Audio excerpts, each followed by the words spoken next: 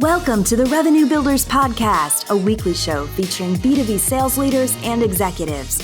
Hosted by five-time CRO John McMahon and Force Management co-founder John Kaplan, the show goes behind the scenes with the people who have been there, done that, and seen the results. If you enjoy our content, please subscribe, rate, and review the show to help us reach more people. Revenue Builders is brought to you by Force Management. We help companies improve sales performance, executing the growth strategy at the point of sale. Find us at forcemanagement.com. Enjoy today's episode. Hey, welcome, Sean. How are you today? I'm doing great. Glad to be here, John. Yeah, thanks. Great to have you. Am I supposed to say hello, Sean? Hey, Sean, how you doing, buddy? Good to see you, man. I'm doing good. Welcome back from the UK. Thank you. Hey, Sean, I read like a little blog post that you made about a Masterclass that was created by Mark Cuban, where he discussed two primary lessons on sales that you found interesting. One, selling is helping, and two, you sell trust. Can you talk to us a little bit about that, why that resonated with you? Yeah, I can. So I actually think trust is first and then helping is second. In sales, when you're working with, especially in enterprise sales, so like just to kind of level set, most of my recent experience has been selling, seven-figure deals. So we're talking about significant investments from the company. They have to trust the seller first, the company second, and then the product solution, et cetera, after that. But I think going into it, that balance between trust and helping, if you look at how you approach the client with their best interest in mind, it's always the best approach. And sometimes that even requires you to say, this isn't the best fit and qualify yourselves out. But the fact that Mark Cuban has done so much and he started in sales, like if you know his story at all, he was a newspaper salesperson and went around selling newspapers. So it's really great to see a billionaire talk about how sales was the foundation of his early part of career. And he even goes on to talk more about that every leader and anyone in business should take at least, some time and work in sales. Yeah. And what about trust? How do you think is the best way for salespeople to create that trust?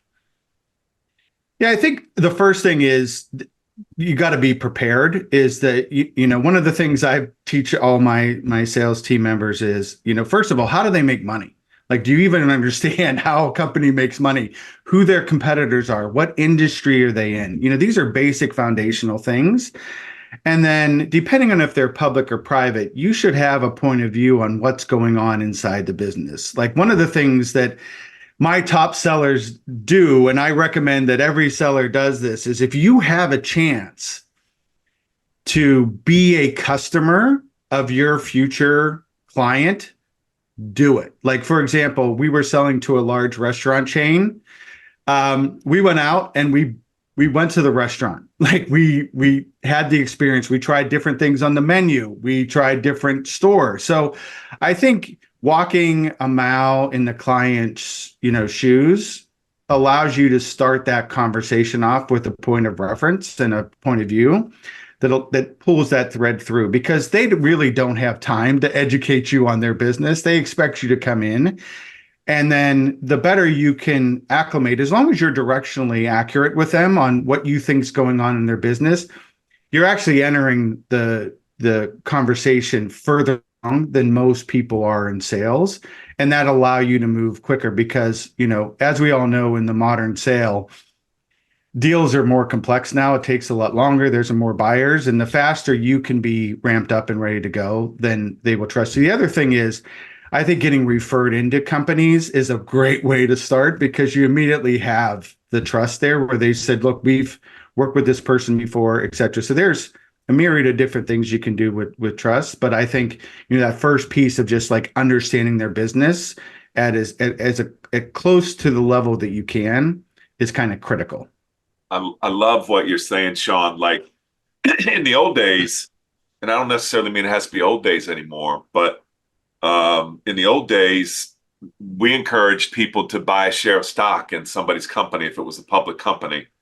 Therefore, you get all the documentation. Now all that stuff's online, and you can go get all that information. But it's interesting to have a conversation with somebody as a shareholder versus, just as a seller.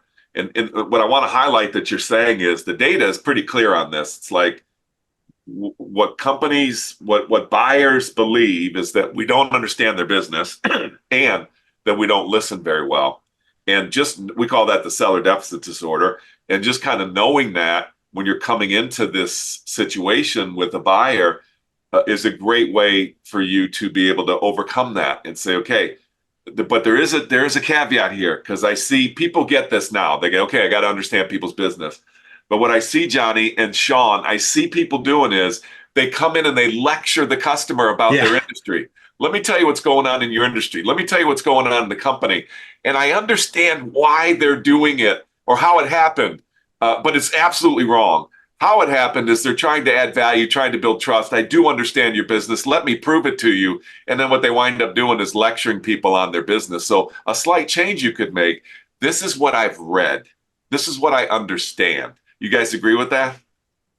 Sure. But just like Sean said, coming in with that compelling point of view, not lecturing the customer like you said, but coming in with that compelling point of view allows you to immediately have a much deeper conversation with that customer.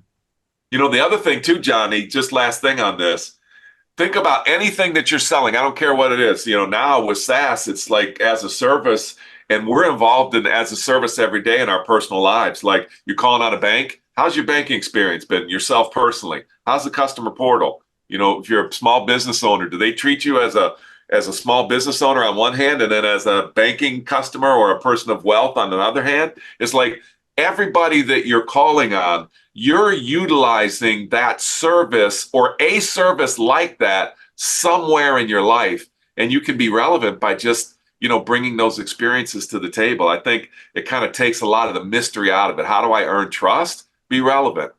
Yeah, I agree. I'm dropping the mic here, boys. What the hell? Yeah. What's going on here? Yeah. So for me, and I've seen reps do this where they want to prove themselves to the client, and that can absolutely backfire. But I do think that if you take that knowledge and you ask more valuable questions, then they'll know that you know what you're talking about, and you'll have elevated that. And so instead of asking, what's your revenues, things like that, you can ask things that will show them that you already know that piece of their business. And they're like, now we're getting into the meat of the conversation quicker. And I think both of you would agree that, when I work with our teams, the quality of the question will also be a sign of the quality of the person that you're interacting with. And if you can elevate yourself there and you have business acumen, then you've already separated yourself from the competition. Yeah. But that's such a key point though, Sean, is understanding who you're speaking to inside the organization, and are your questions aligned to the way in which they're measured in their job performance, so that they not only understand that you understand some of the issues the company's facing, but that they personally are facing. That's right. Yeah. And you the saying is pretty simple. You get delegated to those that you sound like. And I think it's a little bit of a lost art. When you're talking about preparation, Sean, you started the conversation on preparation. I mean, you could grab somebody else in the office or grab somebody else on your team and just say, hey, I'm getting ready to have a conversation with a CIO, a user, I don't care who it is. Hey, this is what I want to talk to them about. This is the purpose of my call. This is what I want them to do. This is what I'm going to ask them. And just, I think that's missing. Like we used to do that all the time when, back in the day. And it's a way to really make sure. And if you're listening to somebody do that, you can say, is that really what that person's going to care about? Could you have got that answer from somebody else in the organization? Really, really critical. You know what? Let's take that a step further. So I by the way, we could talk about this for a whole hour. When you're selling to enterprises, we would put together a team, and we would have the personas that we're selling to be represented by the same personas within our team and role play those out. So if you're talking to a CEO, role play the CEO. does this resonate? If you're talking to a CFO, are you talking EBITDA? Are you talking revenue? Are you talking, revenue expansion? Are you talking, cost takeout?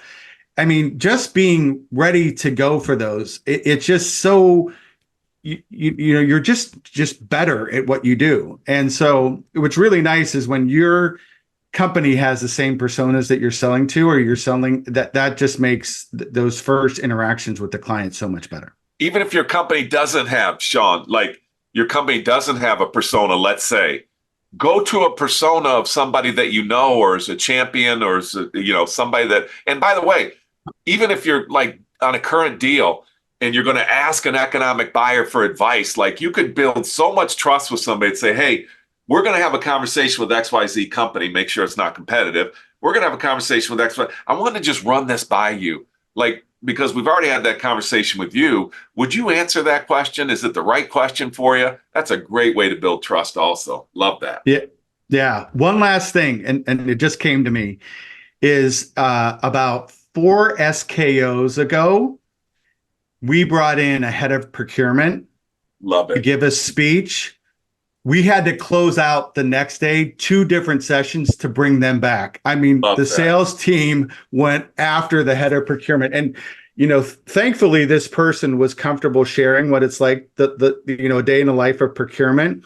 But I've never seen a sales team ravage a guest more than having a conversation with somebody who heads up procurement, because it's always like that other side of the wall, like what's going on in their mind. And I can't believe how much energy was around those sessions. We literally had to cancel internal sessions that we had with our team to have this procurement person talk more. Yeah. Were there any like key takeaways from that you remember, Sean? I do. First of all, procurement people want everybody to know that they're not bad people. That's the first thing. We're not like the Maytag repairman. They're just doing a job. They got a job to do. That's exactly right. And now they may put on a face that they're bad people to you, but they're not bad people. The second thing is they want you to be aware of their process, so you have a clear understanding of it. And they want you to understand the rules of engagement, because they have like certain things, like, for example, if you're in a sales process and you get to the procurement phase, they really want to work with you directly and don't want you going around them. So they want to be able to like lay out the rules of the road based off of how their business buys. And they wanted that to be really, really clear. Yeah. We did the same thing back in the day. I keep saying back in the day. I'm sorry about that, folks, if you're listening. You can do it now. But I remember a time bringing in a VP of procurement. It was so great. The takeaway that I got was 2 things. Number 1 was come to me early. Come to me early. Like you said, Sean, you got to understand the process. If I have to coach you on the process when you're trying to get a commitment from me or commitment from the company, it's not going to work. So if I have to clean up your process because you weren't prepared on understanding the process, that's number 1. Number 2, the other takeaway was I do not make these decisions in a vacuum. Number 1, like they said, you need to know that I am responsible to my constituents inside the company. So if you're coming to me and you don't have a value proposition, or I'm not going to help you build that. That's not what I do for a living. What I do for a living is discuss the merits of the process of procuring from you. So if you're not aligned to the lines of business, who, by the way, I work for, I'll never forget this conversation. I work for the lines of business. I'm supposed to transact in a way that is valuable for them. But if it comes down to me and you at the end, you failed. And I thought, wow, that is so freaking good. And it's also a good reminder when you're talking to customers and they tell you, okay, you've done a great job building your value proposition. Now this is on the business side. And they go, okay, go ahead and, do your magic with procurement. And I'm like, no, we're not doing it that way. Like, I tell them you can't get alligator arms. So if you can see it on the video, I got my hands about 2 inches away from my chest. Mr. and Mrs. Economic Buyer or Champion, you can't get alligator arms. Like, that's not how this works, because you have to tell them how badly you want this and why you want it. And then my team will work on terms and conditions and all that. I just think that's such a great topic. Yeah. Hey, Sean, Yeah. You took a business class at Purdue University and you remembered a really powerful statement that the professor told you. Tell us about that and the effect that it's had on you. Yeah, what university was that? It was Purdue University. Very good university, Sean. Very good. Yeah, if you're an engineer, if you like industrial management, like what my major was. Very good. Yeah. Yeah, Michigan doesn't have any engineering at all. Yeah, they have some engineering up there. Go ahead, bro. Go ahead. Yeah. So first of all, this was a 100 level accounting class. And before he shared this 10-second piece of wisdom, what he said was, look to the left of you, look to the right of you. Those people will not make it through this class. So welcome to Purdue University. You're already in the grinder. So what he did is he literally went up and I put a post on this on LinkedIn. I know that's what you're referencing, John, He said, look, we're going to go through a lot of complex processes, credits, debits, how you account for certain things. But if you zoom all the way back out and let's keep this as simple as possible, he put up a little equation and it was just a dollar sign, a business, and a dollar sign, right? 3 little symbols on a chalkboard. Back then they had chalkboards. Now they probably have computer boards and everybody's on their laptops. But nobody's in class anymore. It's all remote. That's right. Yeah, that's right.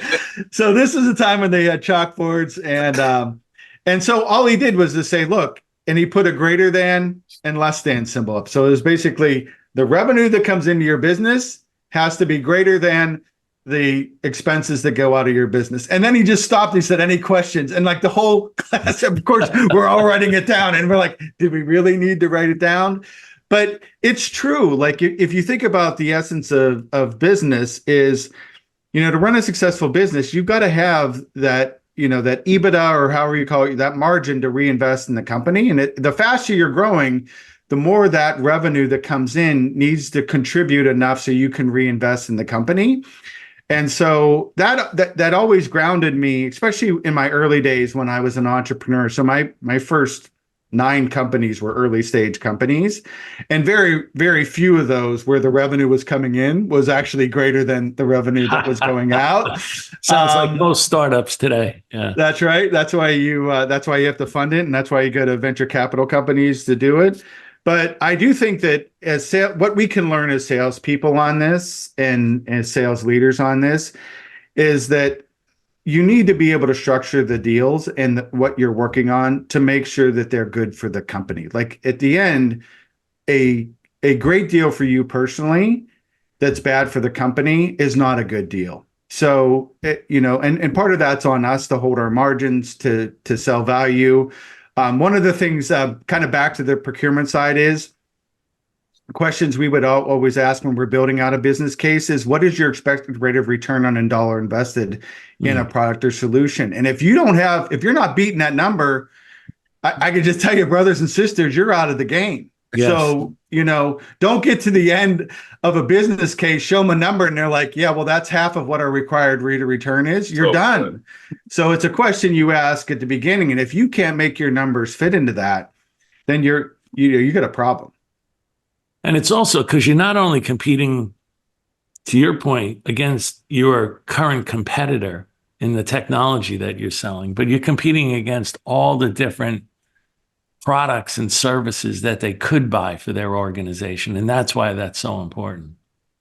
And I know that, we Johnny, you and I pound on this. I'd like to get Sean's comment on it. You were at 9 startups. How important is it to really kind of level set and find your natural resting state with an ideal customer profile? Because these conversations is a good deal for a company, is a good deal for your company. You can't answer that unless you have figured out what an ideal customer profile is. And if you haven't figured that out yet, then you could be at a stage in the company where you're just taking revenue to get revenue, but you should always be building data around where is our natural resting state on that revenue coming from and why is it coming from there? Sean, what's been your experience with timing and ICP and how important that is for companies. Johnny and I talk about it all the time, but since you were at 9 of them, talk to us a little bit. Yeah, well, I think that comes into, like, if you're looking at early stage companies, by the way, this probably applies to all companies, but especially in the early days when you're building something new. Like, my first company was one of the first internet service providers in the nation, like in Chicago. Like, there was no internet. Like, my first sales call, we're walking down Michigan Avenue, going to every hotel and trying to do a revenue split with them on internet. And they were laughing me out of the door. So clearly I did not have the ICP right on that one. Yeah. But I think, and I'll kind of level set this with the CRO and even the executive team, is that you have to package, when you're looking at taking a product to market, you have to really understand who that fits the best. You know, you have these terms like total addressable market, serviceable addressable market, you know, current. And really what I like to do is start from the tightest bullseye in and prove out that the product fits them before you even expand to a greater TAM. Right. And the other thing, you know, that is really important on these things as well is, when you're starting a company, you don't have a ton of money. So you can't make the mistakes that a bigger company can. So the wider your aperture is, the worse it means from a cash flow perspective. If you tighten that aperture up and you say, hey, look, this product was designed for Michigan alumni. Guess what? We're going to go to the top. That's a huge addressable marketplace, bro. It is huge. Yeah. We're going to look at all the season ticket holders for Michigan alumni, and we're going to go after them and then take concentric circles out of that. And if we can't sell, by the way, it's an early exit point too. If you can't sell to that, you know, gold club member of Michigan alumni, then you need to redo either the product or the entire business model from there. Really. But by the way, I think ICP is an annual process at least. Yes. It needs to be part of your annual planning process, 100%, because the business changes, the product changes, use cases change, et cetera. So I don't think that it's a stagnant point. For me, almost all of sales is kind of a learning loop and a process. And we always put ICP is the front. If you got the right customers, you got the right message, you got the right team deployed to things like that, it's kind of, you kind of go down from there. Yeah, I think this is so important, Sean, also with startups, because I've seen so many times, let's say it's a Bay Area company and they start up, they get a little traction in the Bay Area. Now they want to add like a couple more sales reps. Then they say, we're going to New York and we're going to Chicago. And I always ask, why? Yeah. And they can't answer why. They just think they're supposed to put a rep in every, let's say, NFL city. They can't really answer the question of why. Why not just stay in the Bay Area? Maybe your ICP's predominantly in the Bay Area and some other city besides Chicago and New York, right? But too fast, they want to just expand and sprinkle the infield with a bunch of sales reps. And that's where they really burn a lot of money. And then they look back and go, man, our productivity is really low. What are we going to do? We got to, and we're not making the number. Now we need to cut back. And it was all self-inflicted pains. Yeah, one of the I have the fortune to talk to a lot of CROs right now, in a lot of the earlier stage tech companies, because of the pressure that's being put on them to be more efficient than versus like growth at all cost. A lot of them are looking at going up market, and when I hear that, immediately I start thinking of it as like, that is not just a product change. That is literally a foundational business change. Right. Like, when you go up market, they want customizations. The buying team's completely different. The sales motions are completely different. It's not like simply like, okay, tomorrow we're going to go from selling to, you know, $1 million to $5 million revenue companies to now $1 billion market. Like, it is a very significant decision, and it could cost you a ton of wasted dollars if you miss it, if you get it wrong. So this is a real issue that I think companies are grappling with today. And so I'm glad we're talking about it. Yeah, I hear a great takeaway from you, Sean, that I love is that ICP should be at least, at minimum, an annual process, probably in a lot of companies, a quarterly process, depending upon what stage you're in. I also see technical founders that are so inside out. What I mean by that is they're so focused on the product. They're so focused on their vision of what that product and market fit is that they miss an opportunity to find out what's happening in the market. Like, what are customers or what are potential people saying? And I find that there's a whole graveyard full of, former technical founders that had a great idea for a product, but they just didn't stay close to what the market was doing. They didn't stay close to what the customer was doing and how the customer was moving or how the customer was procuring it. And John, the point that you made, takeaway for me, I know you talk about it, John McMahon's book, The Qualified Sales Leader. I know you touch in it a little bit, but I think you could write a book, Johnny, just alone on scaling a company, because that's so critical right now. I'm hearing, okay, Silicon Valley Bank, craps out last year. And now all of a sudden, everybody is, getting rid of customer success, or they're doing, these whipsaw, and then they're blaming it on Silicon Valley Bank. And what I'm saying is, like, when I read that, I'm like, nah, that was happening way before Silicon Valley Bank. Johnny, your thoughts on, expand on a little bit more on scaling the company. And like you said, spreading the infield. You've done it 5 or 6 times as a CRO. Well, there's a lot to think about there, right? Yeah. I mean, we could, like Sean said, we could do a whole podcast on that. But I mean, what happened? First of all, you have to figure out your ICP. We can go into depth on that. So hopefully the listeners understand what we mean by that. But then when you're scaling, if you want to spend money efficiently, you have to really look at the overall productivity of your entire sales force. So let's say your sales force, the average productivity per rep is $1 million. Yep. Now, as a CRO, you have 10 heads that you're going to be able to put somewhere into, let's say, 10 different regions or 20 regions. You have to look at the productivity per region. And now if the productivity per region in region A, B, and C is only 900,000 for the last 3 quarters, I'm not giving them any more heads. They can't even get up to the average of the entire sales force. Yeah. But if regions 4, 5, and 6 have been performing at 1.1, 1.2 consistently for the last 3 quarters, I'm going to give them heads. Now, certainly I'm going to look to see how many, if I'm dealing with a brand new first line manager, how many of those reps underneath that manager are brand new and ramping, how many are experienced, because I don't want to give the manager, too many new people to ramp. But you're really thinking about it almost like an investment portfolio. If the stock market is doing 7 and now you're looking at 10 different investments, why would you start to invest in, products that are yielding 4 and 5% when other products are yielding 9 and 10 and they're beating the market? So it takes more introspection on each one of those regions to see what the makeup is, but that's the way to really kind of constantly try to increase your productivity and get the non-performing regions, and those regional managers will all complain, how come Joe's getting heads and Sally's getting heads and I'm not getting any heads? Well, you better get your performance up. If you don't get your performance up, I'm never investing in your region. Sean, what are you seeing? Same thing? What? 100%. Yeah.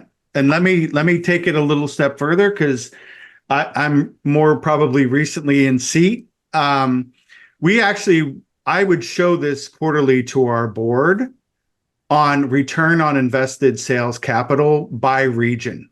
Mm-hmm. And the entire team knew it. So, we had a team in Asia, team in EMEA, team in North America, and I just put up the numbers. Here's what we invest in your business. Think of it as an entrepreneur. Think of me as maybe your venture capital firm or your private equity firm or whoever's giving you money.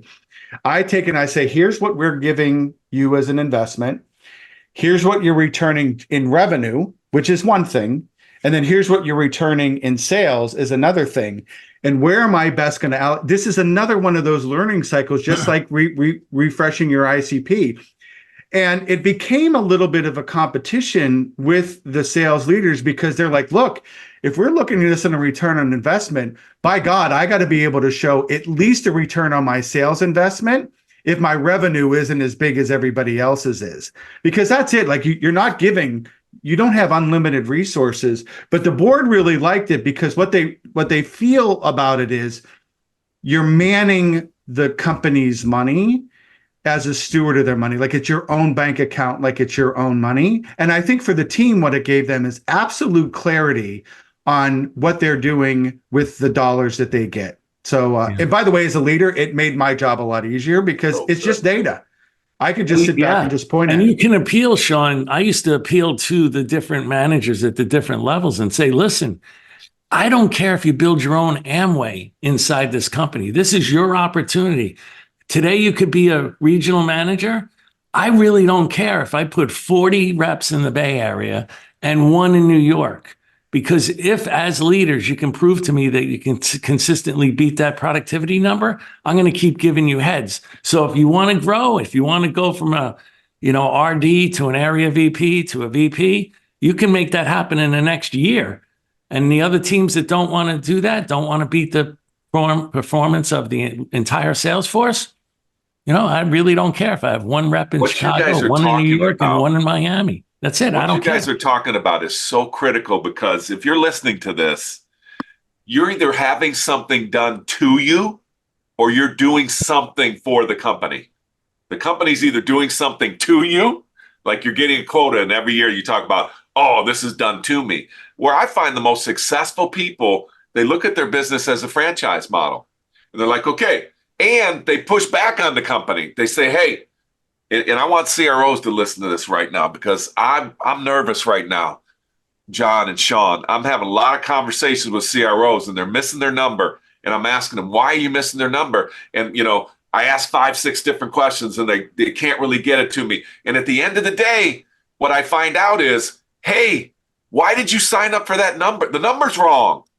Why did you sign up for that number? So I'm feeling a lot of pressure out there by investment companies, and they're pushing organizations to move to a higher number. And the inexperienced ones go, okay, well, we all agreed that this is the number. But then when the performance comes at the end of the year and you're out of a job because you didn't hit the number that somebody signed you up for, I just want to sit there for a second, guys, and let's talk about that on how do you avoid that from happening? Yeah, I have a very strong position on this.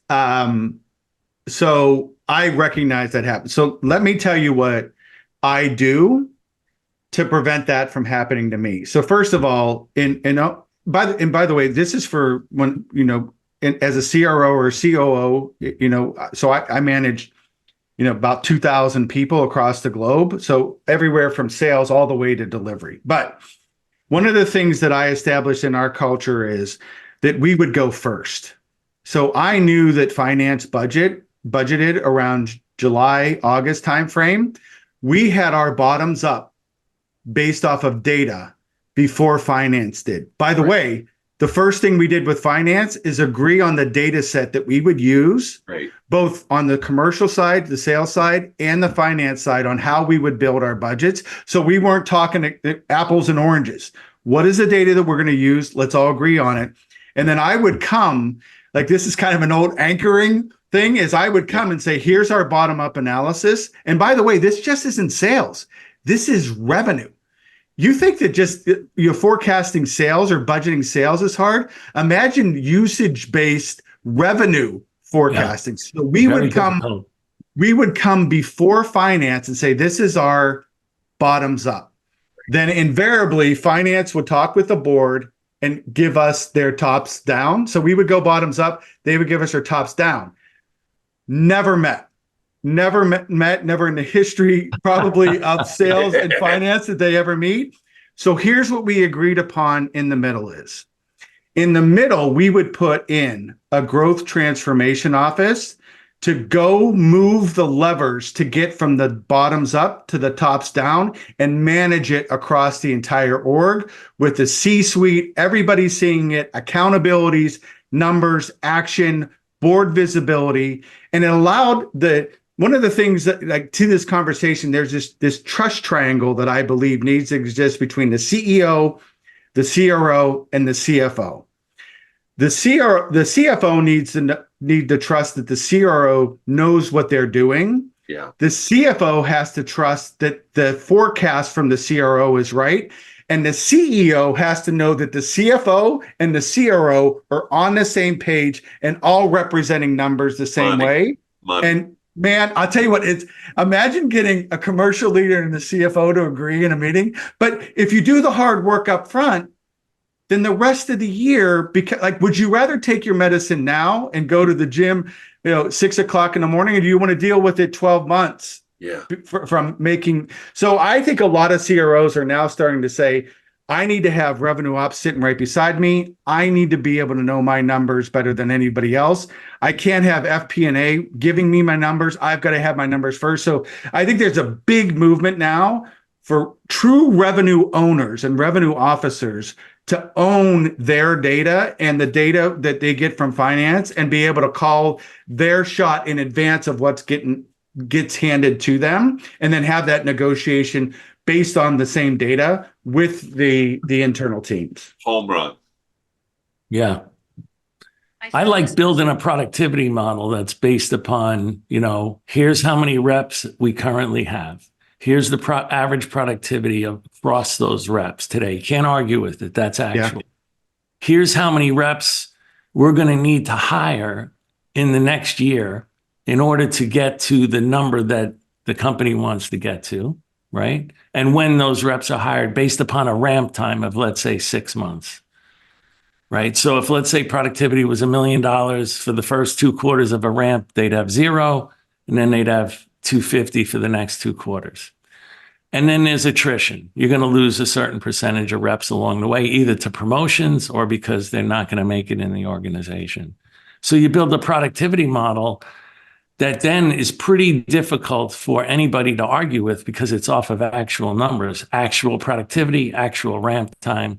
Hard to argue, actual number of reps. What are you going to argue about? Now, what I really liked about that is that's what I was basing what the bookings model should be for next year. Now, I wanted my sales leaders to understand how they were going to be quoted. It wasn't like I picked a number out of the air. I gave them the same thing that I got. I'd say, you have this many reps. They're producing this much, right? You're going to hire X amount of reps throughout the year with these ramp times. I'm going to give you a certain factor for attrition. There's your number. If you want to beat it, you got to do just like I have to do for the company. I have to raise the productivity of the entire sales force. You have to raise the productivity, hire great reps, onboard them, train them, get them really productive, crunch the ramp time down from 6 months to 5, and make sure you don't attrit people. It's a pretty simple model. Yeah, it right? is. And now they focus on just that, hiring good people, ramping them quick to beat the ramp time, and not get the productivity up and not let them attrit. What's more that's your job. That's it. We're done. So their job was no different than my job. Yeah, and there's some math that goes in this, which was something that was really important to me. The larger your deal size is, the longer likely your sales cycle is, and the more you have to plan well in advance of maybe a year. So imagine this. Imagine if you work back from $1 that comes into your business and pull that all the way back to hiring a rep. In some cases, you're 2 years away from a new rep hitting money. And if you're budgeting on an annual basis, you could get a budget that you've already missed because you haven't looked out far enough to have the headcount ready to cover the quota, to cover the market. So, I would try to get to at least a 3 or 5 years so I could say, hey, look, even use milestone-based outcomes too, where if we were ahead of our plan, we would even hire in advance of our plan, or if we were running behind, we would slow up our hiring too. But there is a lot of work that needs to be done on the leadership teams to make sure that this all works out. And the bigger the deal size you have, the harder it is, or the longer time you need. Whew, let me summarize, man. Holy smokes. That was legit. If the producers just cut what you guys just talked about for the last few minutes, that's money right there. But let me just summarize a little bit. First of all, Sean, I liked what you said here. You said, be proactive, go first. And what I heard you say on that is you need to be the one that you have, like Johnny said, the productivity model. You have the data. Nothing's being done to you. You are presenting that. You own that. And I just think there's a lot of leaders out there that have led for so long on, hey, let's talk about trust of leadership. Your people expect that you go out and do the right things for them. Why John McMahon was so successful in leading 5 different times on building and scaling incredible organizations. We knew Johnny had the math. We knew Johnny had the brains for this. We knew Johnny wasn't going to sign up for a number that we couldn't hit. And so once he gave us a number, there was no discussion about the number. It was like, let's go, because that was the rapport and that was the trust that he had built with his team. One other point here on anchoring that I liked you said, Sean, like I just want to highlight, because I know a lot of people don't know what that means. In negotiation, there's a principle called anchoring. And a lot of times you'll get anchored by like procurement and those things, is that they'll go first. And the data says in an anchor, think about an anchor. Why do you put an anchor in the ocean? So your boat doesn't go that far away from the anchor. So you can kind of stay in one place. And the data says that when you anchor on a position, you wind up pretty much in that vicinity. And so it's understanding anchors. I love what you said about it, Sean, is be proactive, put your anchor in the water. John McMahon puts your productivity model in the water. And if nobody else has one that they're gonna combat that with or what have you, then that's the model we're going with. And if we could just kind of bottle that up, Johnny, that's the next book, I think, right there, bro. That's the next book. It's a lot of work, dude. Let's go, brother. Let's go. Man, Mac, he's got you writing a ton. I hope you have the time. Jeez. Yeah. He's just the idea man. He doesn't let me write anything. The operating man. Hey, we tried to write a book a little while ago. I started to write, and he looked at it, he goes, this is awful. And so he took it over, and he started rewriting it, and it's like, okay, I know the model now. I'll come up with an idea. I'll write something. He'll look at it and say it's awful, and then 24 hours, we'll have something great. He's awesome. You're a good team. Yeah. All right, Sean, Johnny. I don't know if you had another comment on this last subject here. No, you're good? I'm good. You want to switch gears a little? Yeah. Yeah, I think that was a great conversation. I want to get a little bit into forecasting. One thing I want to touch on before we go to the big picture of forecasting is that you've written that a large amount of push deals are a significant signal that something's wrong with your sales team. Can you elaborate that on a little bit? We could talk about it. Yeah. And I've noticed a trend that deals are pushing more now than ever before. Again, level setting enterprise, right? Like we're not talking transactional deals. We're not talking $10,000 deals. We're talking 7-8-figure larger deals. And whenever I see trends, I don't want to assume that they're facts. It's the danger to, I don't want to be too strong in this, but I don't want to play a victim to what I hear people say are trends. Like at the end of the day, as leaders, we have to own our outcomes. And so for me, it's really important to look at it as a data point and to use it as a point of discovery. And there's a lot of trends that I see that I, as a CRO and a COO, and even when I was the CEO, I tried to break those trends because I thought they were very bad for our business and bad for our clients, et cetera. So one of the things that I see in sales organizations now is up to 40% of deals in enterprise, I'm not saying, can push at the end of the quarter. Wow. By the way, those deals were pushing at the beginning of the quarter. They just waited till the end of the quarter. Yeah, there's no doubt. A lot of those. I used to always say that's because they never were deals. They never were. Hey, and at 40%, let's just stay on that before you go a little further. That makes it impossible as a CRO to forecast. Because if you have, let's say, 100 deals and 40 of them are not deals, how do you pick the 60 that you think are deals? That's a very, very tough thing to do. Now, 100's easy, really. But when you're talking about 1,000, that's a really difficult problem. Yeah. So in that case, I call it the breadcrumbs. And as you get later in the quarter, like at the beginning, so one thing that I recommend is the first week of a quarter, do your forecast. Do your forecast and inspect the daylights out of it. And you're going to find that there's breadcrumbs that at the end of the quarter are never going to be there. They're never going to be there. And as the quarter goes on, those breadcrumbs become bigger and bigger and bigger for the deals that close, and they stay small the whole way through the quarter. So a couple things that I look at as warning signs. By the way, with the amount of data that we have and the amount of insight we have, so I look at things that progressing through.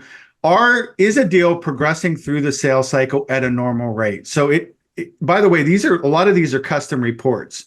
So first you have to do a report on, how long a deal is staying in the stage and where it's at in the length and how is it progressing. And then you can even look at activities through this. But there's two types of push deals. There's push deals, and one marker that I have for push deals that are actually going to close is in my forecast calls with the rep, are we pushing this out a week or two after the quarter? It's just nuances. We're redlining, we're back and forth. The deal is there. We're just putting the final touches on it. And maybe it doesn't close on the 31st, but it closes a week. Those are deals. And then there's deals that are never going to be. And by the way, I've done some analysis on this. The deals that push that don't have a close date within the next, say, 2 weeks or a month, they miss the next quarter. They mix the next quarter. They mix it. They're never they slowly disappear off the forecast. They slowly go away. Yeah. All of a sudden you realize ABC company, I saw that 3 quarters in a row and it's gone. Like, yeah. And you talk about it in your book. Happening. But you talk about it in your book. Here's the thing. What I like to do too, I don't let people forecast slip deals. Yeah. The next quarter, you owe me. Well, they owe themselves too, because whatever deal you slipped and then you put in the next quarter, and companies I can't believe they do this. They're like, okay, we're going to have a big quarter, but you missed Q1. You missed Q1 today in today's business, you're never going to hit your number. So they miss Q1 and then it just kind of goes and goes and goes. Yeah, what you're saying there, just to put numbers on it, Johnny, let's say your quarter's 300K in Q1, and you do 200 and you promised a 100K deal that slipped. The next quarter, you have to forecast 400,000. You have to. Right? You can't now forecast 300 and feel like a hero, because really all you did was 200 again. A lot of companies don't do it, even all the way up to the finance organization. And when they're reporting numbers for the next quarter, there's another thing that happens. And what we're talking about here, folks, is qualification. It's as old as dirt. It's Egypt old. What we're not talking about is things change in the marketplace. So you have to listen to slip deals, and you have to listen why deals are slipping. Because like you said, Sean, a lot of times it's a problem within your sales organization. And I'm going to amplify that a little bit, go outside of my sales organization, because it happens to us at Force Management. When we're not, when we're kind of holding ourselves to our own metrics on, well, that deal should have happened, and we're kind of inside out versus outside in, we go out to the marketplace and find out why these deals aren't happening. Yes, it's always related to qualification, but yes, also it's always related to something's changing for our customer, something's changing for our buyers, something is changing. And if you're not heads up on it, you're going to slip a heck of a lot more deals. Does that make sense? So yes, we know how to go inside out with qualification, MedPick. That's just a way of doing business. What I'd encourage people to do also is go outside your companies and find out what you can find out about why these deals are slipping and what's happening in the industry. Is something going on that you're not aware of, and it's out there, guarantee you. Sean? Yeah, there's so many reasons why a deal could push or be lost. Change of leadership, company gets bought, PE firm comes in and does a cost-cutting initiative across the board. There's a lot, but as a leader, like for me, when I think about push deals, what it teaches me as a leader is that I need to work closer with my leadership team to train them and educate them. Like John, in your book, you define, like, one of the things I loved about your book is you talked about proof of concept, and then you talked about proof of value, and that you knew going into every quarter, if you had X number of proof of values, you were going to hit a certain number or not number. I think every leader needs to have certain anchor points within their deals that are like, again, we're using anchor again. I feel like we're in the Navy. Yeah, it's good. But like that you can hold on, and they're they're almost like truths that this is something that if I extrapolate this out quarter by quarter by quarter, and if you don't have those, the entire system is broken down. Now, that's easy to say as a CRO, but when you've got 2,000 people in the field, to get somebody who's sitting in Wichita, Kansas to grasp that concept takes unbelievable leadership, unbelievable nomenclature, explanations.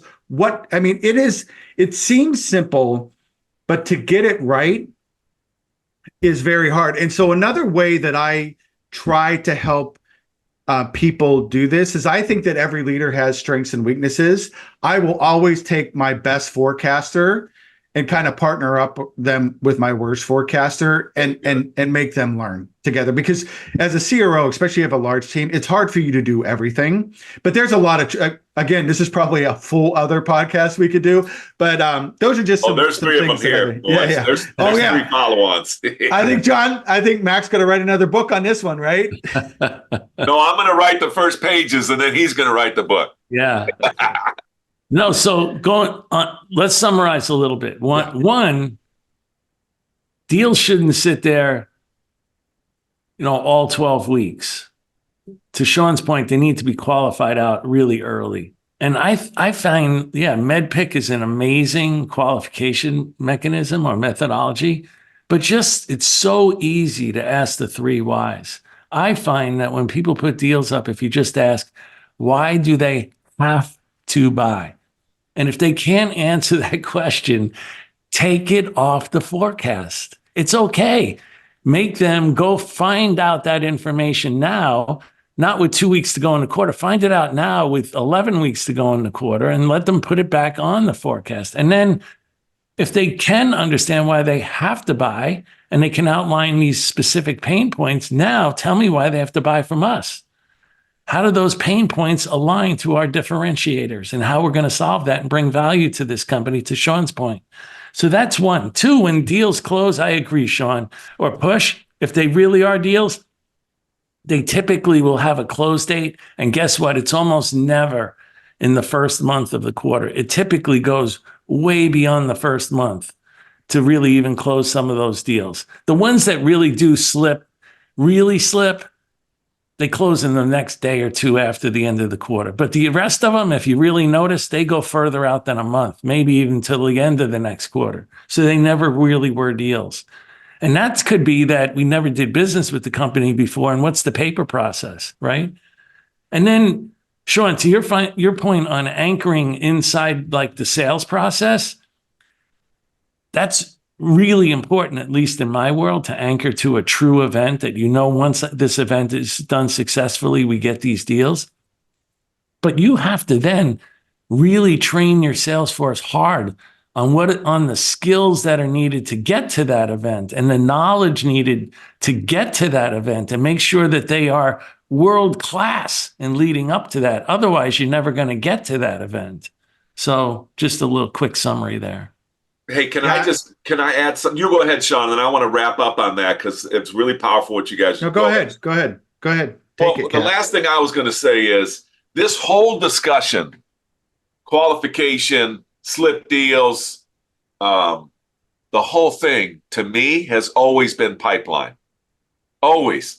And so, because what happens is a lot of times on these slip deals is we create so much cholesterol with our customers and trying to get a deal that's not ready and the customer's not ready. All this cholesterol builds up. And then at the end of the quarter, the first few weeks of the quarter, nobody wants to talk to anybody because we're pissed at each other. And that's why these things that we probably don't even talk to them for the first month of the next quarter. So last topic I'd like you guys to consider here. And it's been, people have asked me this, John, and it's not that it's a 3-month quarter. We forecast on a quarterly basis, blah, blah. I don't want people to say, oh, that's old school or what have you. Just listen to me when I say this.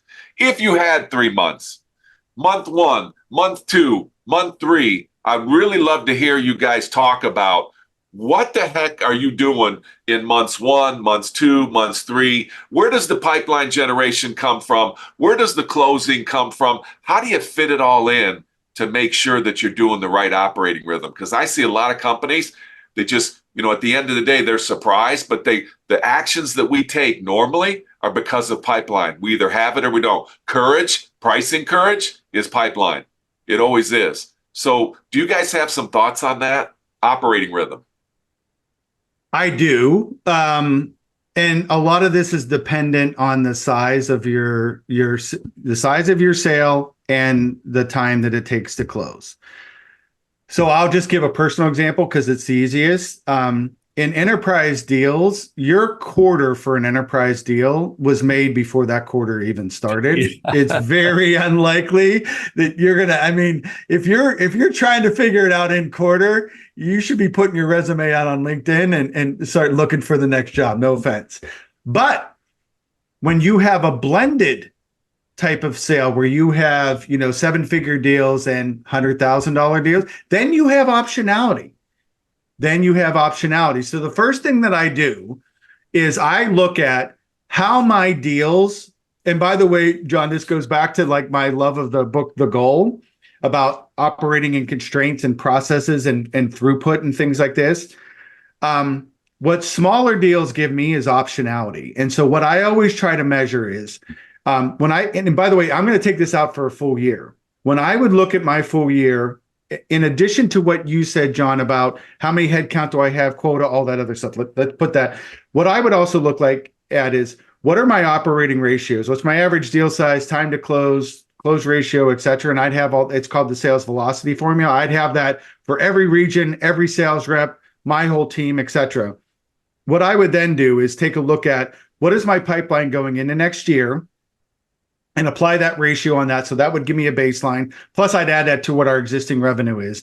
Then what I'd look at is, what did we do last year in deals that came in a quarter and closed in the quarter that I could actually say, hey, this is a likely outcome that we could get this deal in and out through the quarter. And if I did not have my quarterly number done, guess what, brothers and sisters? What I would do is I'd look at all those deals that come in and out, and that would give me the optionality that I try to close as many of those deals as possible, because that can get you to your number. So it just depends.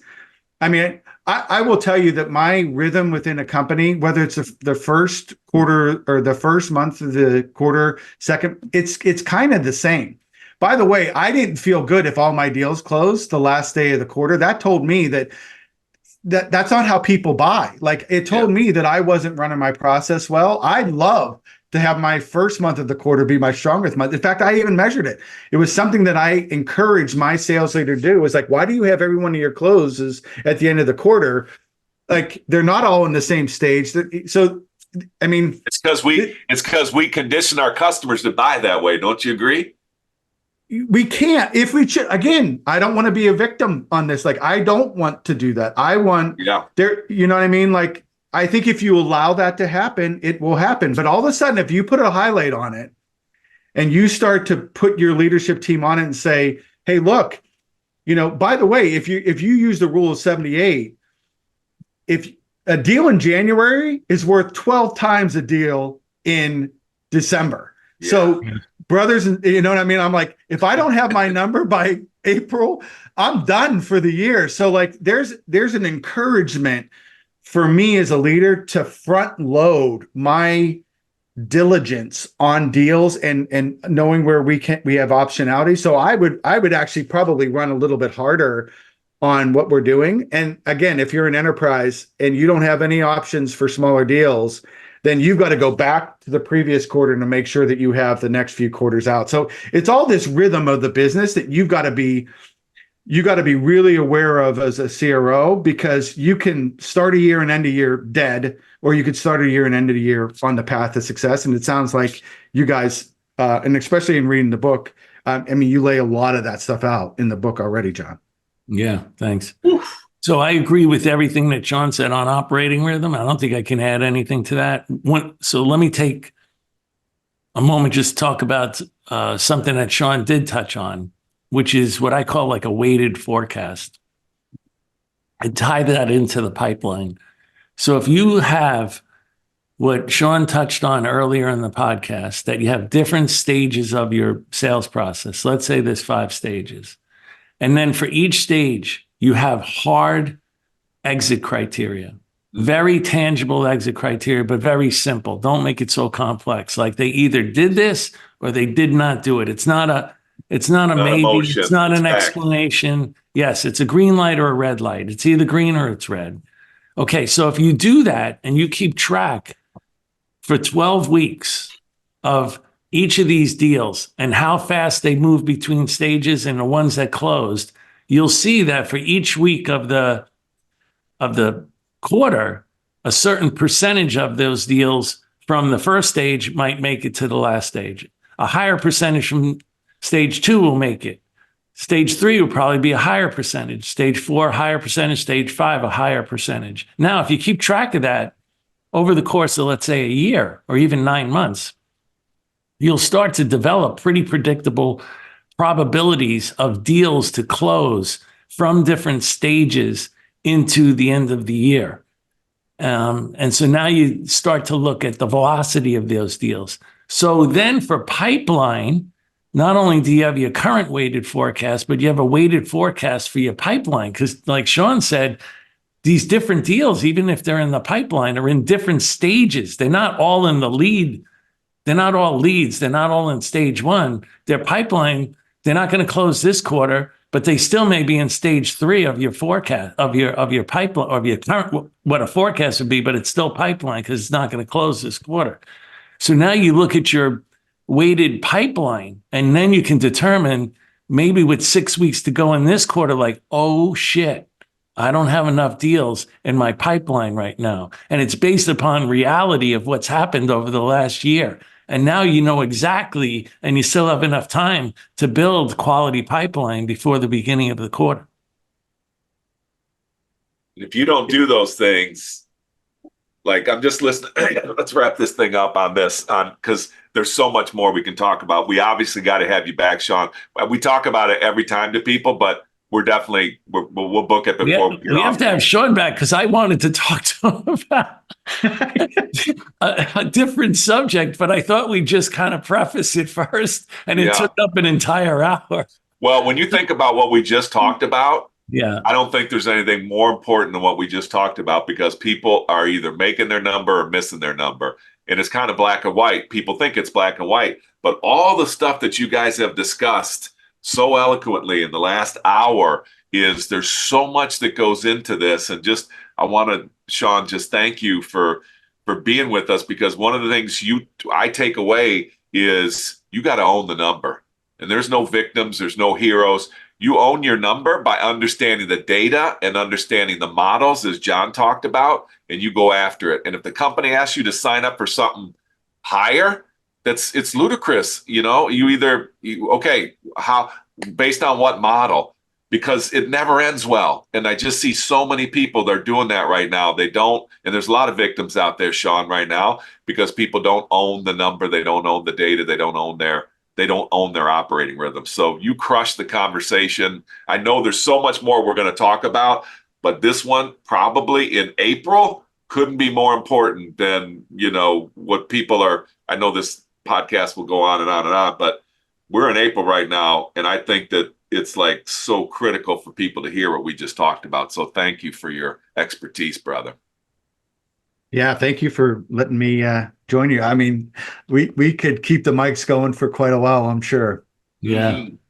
Well, Sean, talking to you, I can feel and hear that you have a lot of scar tissue, brother. So, because these are not things that somebody just comes up with. This is all based upon some tough experiences and tough learning. So, Sean Burke, thank you so much for joining us on the Revenue Builders podcast. Thank you, Mr. Kaplan, and thanks to everyone for listening to another episode of the Revenue Builders podcast.